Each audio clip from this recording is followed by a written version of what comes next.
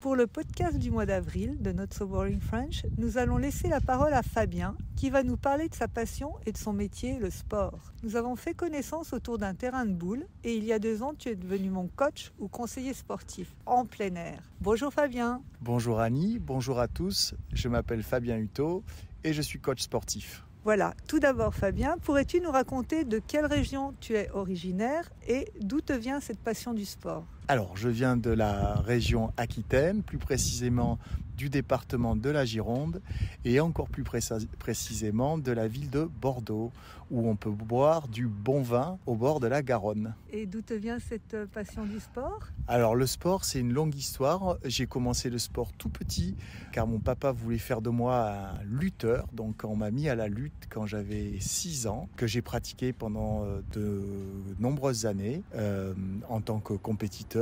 Et puis, j'avais la chance d'habiter dans une petite résidence où il y avait en face de chez moi des terrains de football. Et à cette époque-là, je rêvais de devenir le nouveau Jean Tigana en parallèle du sport que je faisais compétitivement. Donc je passais du temps énormément sur le terrain de foot en bas de chez moi ou alors sur les tapis de lutte.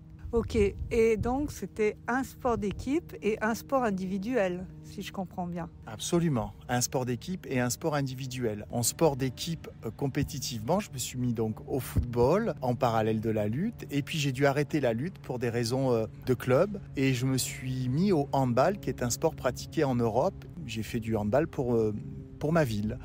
Et j'ai représenté ma ville jusqu'à l'âge de 18 ans. C'était un sport d'équipe qui m'a bien plu parce que c'était un sport où il y avait du contact, j'avais besoin de contact et en plus il y avait les copains.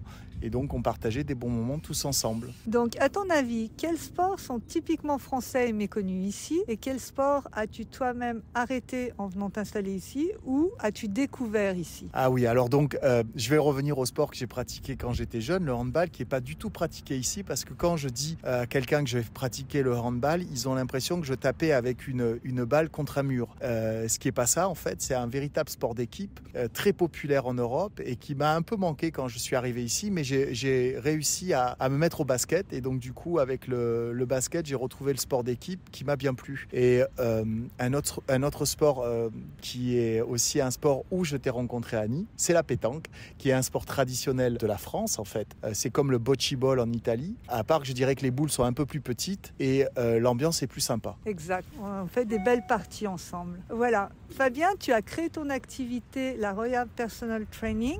Est-ce que tu peux nous en dire plus sur qu'est-ce que tu fais ? Alors, la Roya Personal Training, en fait, c'est une compagnie qui permet à des gens, des enfants, des adolescents de 7 à 77 ans, comme je dis, de pouvoir pratiquer un sport dans l'encadrement d'un professionnel qui va guider, solutionner, faire progresser vers les objectifs que mes clients recherchent, en fait. C'est en fait une continuité de ce que j'ai pu apprendre quand j'étais à l'école en France, quand j'ai passé mon diplôme d'État. Et ça va faire une petite 30aine d'années que je m'occupe des biceps, des cuisses et des fessiers de la terre entière. Excellent. Tes clients, est-ce que c'est des Français, des Américains ? Alors, on va dire que ma clientèle est assez diversifiée. Proportionnellement, je vais dire que j'ai 30% de clientèle française et 70% de clientèle anglophone. Et même parfois, j'ai des clients qui sont pas nécessairement anglophones, qui sont italiens, par exemple. Ok, nous sommes là en ce moment dans ton studio favori de gym. Est-ce que tu peux le décrire pour nos auditeurs ? Alors, nous sommes en fait dans un magnifique parc. Je pense que c'est Pacific Beach. On est sous une chape d'arbres, de branches d'arbres qui sont absolument magnifiques, où il y a les colibris qui viennent le matin pour me tenir compagnie, moi et mes clients. Et je passe beaucoup de temps ici. C'est vert. Il y a des enfants qui viennent jouer toute la journée à côté de moi. On ne peut pas trouver un meilleur endroit, une meilleure gym dans le monde entier. Je vous recommande de venir faire un tour. C'est le parc de Kate Station. Exactement. Tu fais aussi des cours à domicile. Alors absolument. Je prends ma voiture où j'ai du petit matériel. Comme je dis souvent, le meilleur outil que j'ai, c'est la gravité.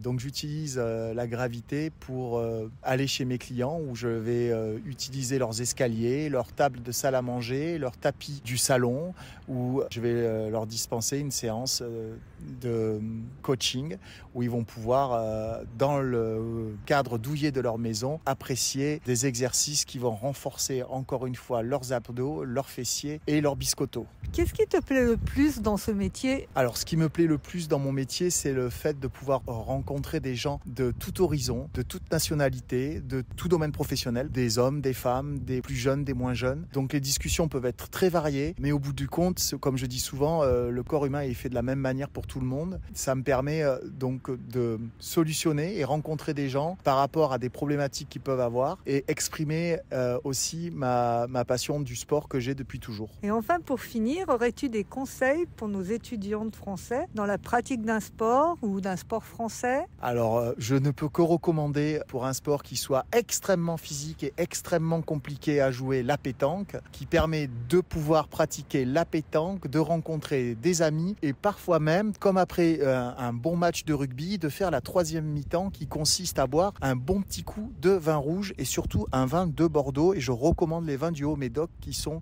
charpentés et qui vont très bien avec une bonne viande. Ok, ça c'est de la publicité. Merci beaucoup pour ce super moment, Fabien.